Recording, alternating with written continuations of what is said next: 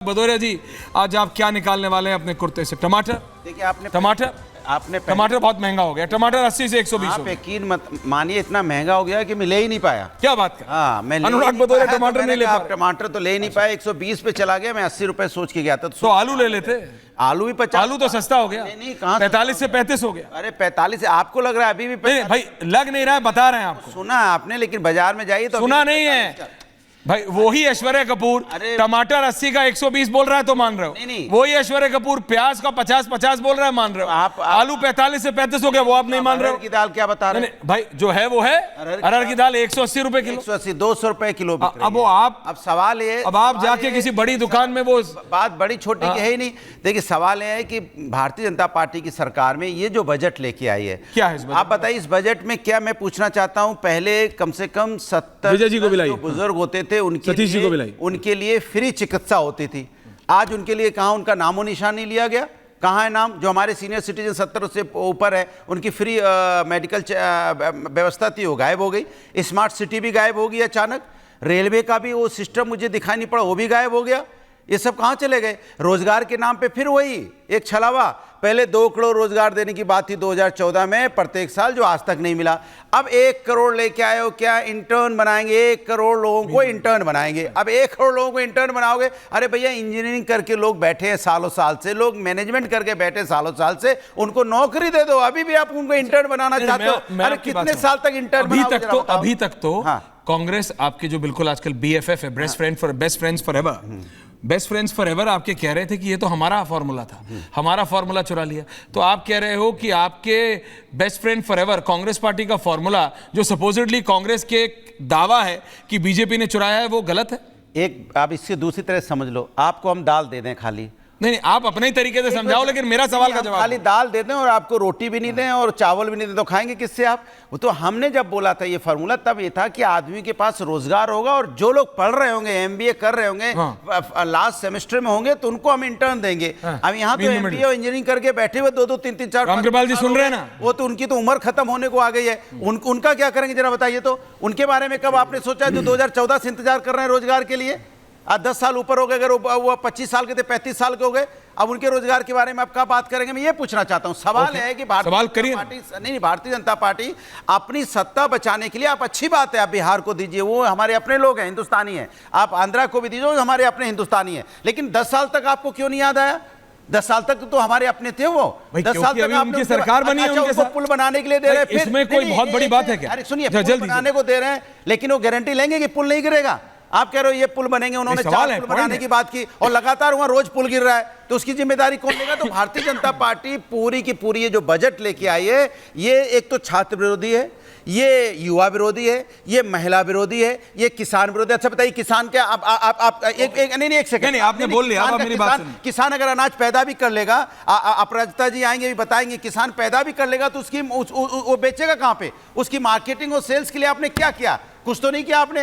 अब आप मेरी एक बात सुनिए, आपने उसने अब आप मेरी एक बात सुनिए। मैं सिर्फ इतना कह रहा हूं, आपने कहा बिहार और आंध्र प्रदेश। आपको क्या लग रहा था कि बीजेपी की सरकार आएगी, नीतीश कुमार और चंद्रबाबू नायडू जी की मदद से सरकार बनी? आप क्या एक्सपेक्ट कर रहे थे कि हिमाचल प्रदेश के लिए पैकेज मिलेगा स्पेशल? एक सेकंड, आप क्या उम्मीद लगाए बैठे थे कि कर्नाटक के लिए स्पेशल पैकेज मिलेगा? आप क्या उम्मीद लगाए बैठे थे, बताइए ना मेरे को। मैं तो मैं ये कह रहा हूं, कोई भी राजनेता, इधर वाले हो या उधर वाले हो, हमाम में सब बराबर हैं। भाई देखिए ना, अभी तक तो नहीं सुनिए ना, मैं एक सेकंड बोल रहा हूँ, रामकृपाल जी जवाब दे रहे हैं और फिर मैं सतीश जी के पास। एक सेकंड का है, बोलिए। तो पूरी उम्मीद लगाए, आप राजनेताओं से किसी को कोई और उम्मीद नहीं है? नहीं, आपकी सरकार आई अगर उत्तर प्रदेश में कभी, तो यूपी पुलिस के किसी आदमी से पूछ लो। आप देखो, 100 सारे थानेदार यादव होंगे, मैं ऑन रिकॉर्ड कह रहा हूँ, किसी को कोई और उम्मीद नहीं है। देखिए, उत्तर प्रदेश सबको सबके बारे में पता है, विकास किया, जनता नोज एवरीथिंग।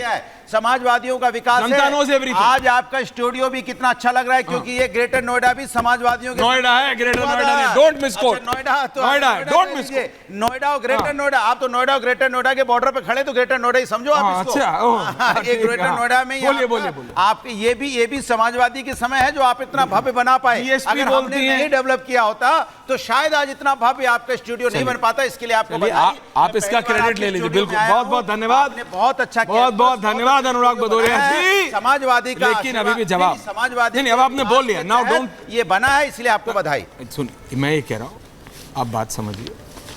श्रेय तो बहन जी भी लेते हैं कि देखो भाई हमने बसाया। अखिलेश यादव तो मुख्यमंत्री रहते हुए कभी आए नहीं, स्वर्गीय नेताजी भी कभी आए नहीं। आपने तो नोएडा को मनूस बोल दिया था, बट अभी नोएडा पे डिबेट नहीं है। सतीश जी, राम कृपाल जी, बाबा तो कितनी बार आ गए। I am not going into that. मैं कह रहा हूं राम कृपाल जी, विपक्ष अगर बिहार या आंध्र प्रदेश को स्पेशल असिस्टेंस या मदद जो दी है निर्मला सीतारमण जी के बजट में, उसको इशू बना रहा है, तो मैं कह रहा हूं अब जनता भी समझदार है। जनता भी समझती है कि जो मतलब जिसकी लाठी उसी की भैंस भाई, क्लैरिटी है जनता को भी।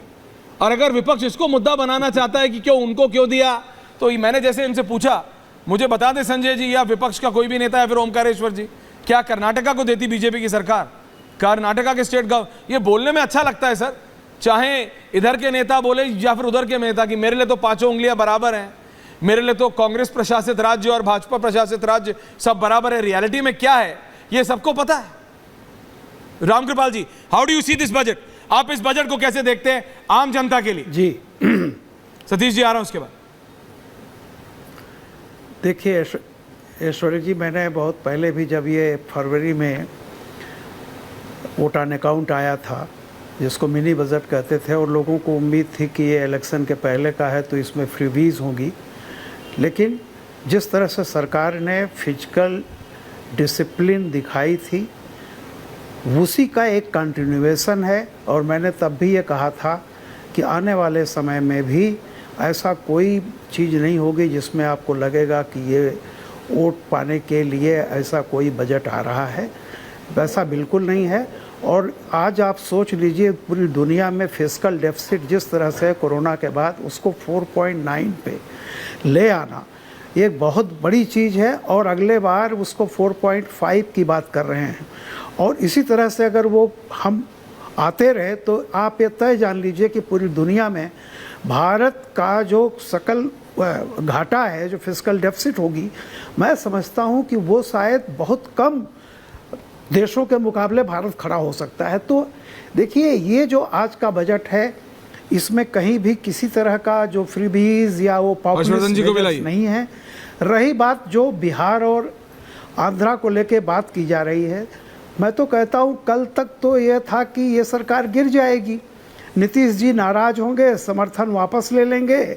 और कल तक लालू जी भी बड़े नाराज थे कि बिहार के बारे में कुछ किया नहीं जा रहा। सर वो तो अगस्त में सरकार गिरा रहे थे। आज बिहार के बारे में इतना सब कुछ कर दिया गया, तो ये तो लालू जी, तेजस्वी जी सबकी मांग थी कि बिहार को स्पेशल कुछ ऐसा मिलना चाहिए, और ये किया गया है। दूसरी बात, मैं एक बात कह रहा हूँ, जो लोग बिहार और यूपी देश को बांट के देखते हैं, सड़क, हाईवे, राजमार्ग और पुल ग्राफिक्स किसी एक राज्य के लिए नहीं होते हैं। यहाँ से दिल्ली से देहरादून जो बन रहा है, वो कोई देहरादून के लिए नहीं है। सबसे ज़्यादा उसका फायदा सोचिए किसको होगा? हरियाणा को, दिल्ली को। ऐसे ही बिहार, जिस तरह से बिहार की भौगोलिक स्थिति है, वहाँ से गुजरने वाला कोई भी मार्ग बंगाल के लिए, झारखंड के लिए, सब जगह के लिए, वो एक तरह से उत्तर प्रदेश के लिए, सबके लिए एक वरदान साबित होगा। तो मैं कहता हूं कि इस तरह के जो विकास जस्ट फॉर परसेप्शन से सरकार एक दो तो इधर उधर भी दे सकती थी ना। विपक्ष का बोलना बंद हो जाता। अनुराग भदौरिया जी नहीं बोल पाते। ऐसा नहीं है कि अच्छी चीजें नहीं हुई, बट जस्ट फॉर परसेप्शन से। मैं केवल ऐश्वर्य जी एक वाक्य कहूंगा सर। आज की राजनीति में दो खेमे हैं। एक खेमा जिसकी तरफ से आदरणीय हमारे मित्र भदौरिया जी बोल रहे थे, वो कि किसी तरह से कुर्सी पाओ। दूसरा खेमा है किसी तरह कुर्सी बचाओ। तो भैया वो अपने सहयोगियों को नहीं मदद करेंगे तो क्या इंडिया अलायंस को मदद करेंगे? मैं आपकी बात आप ये बताइए कि कांग्रेस और आज वाले बजट है, ये कुर्सी बचाओ बजट अच्छी लग रही है सिर्फ इसलिए आप जब सारी विचारधारा को खत्म कर दें